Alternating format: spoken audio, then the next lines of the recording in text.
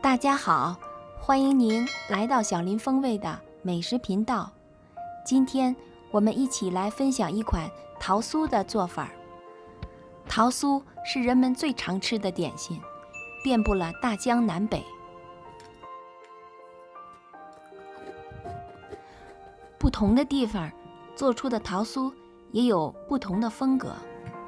南方的桃酥个头小巧，北方的桃酥干香绵厚，就像你看到的这样，个头呢也比较大。我今天分享给大家的是有北京特色的京味桃酥。您看到的是4个蛋黄加糖，把它打成比较匀和的稠的状态。现在颜色已经变浅了，打得也很滋润了，就把我们准备好的低粉过筛加到这个糊糊里。在加的时候需要把准备好的小苏打以及泡打粉一同加入。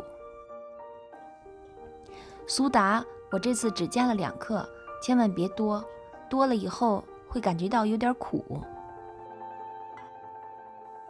现在加的是橄榄油，都加完之后一定要把它从底下抄上来拌匀，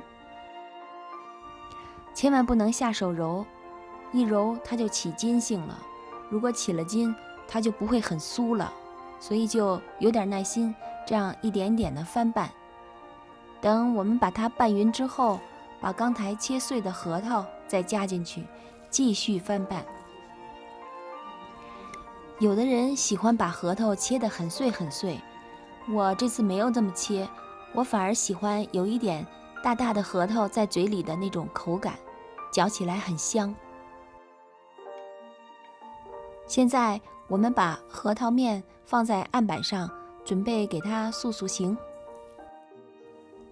塑形也是有点耐心，就是一下一下的翻，不要揉它，千万不能让它起筋，就像我这样慢慢的怼一怼就行。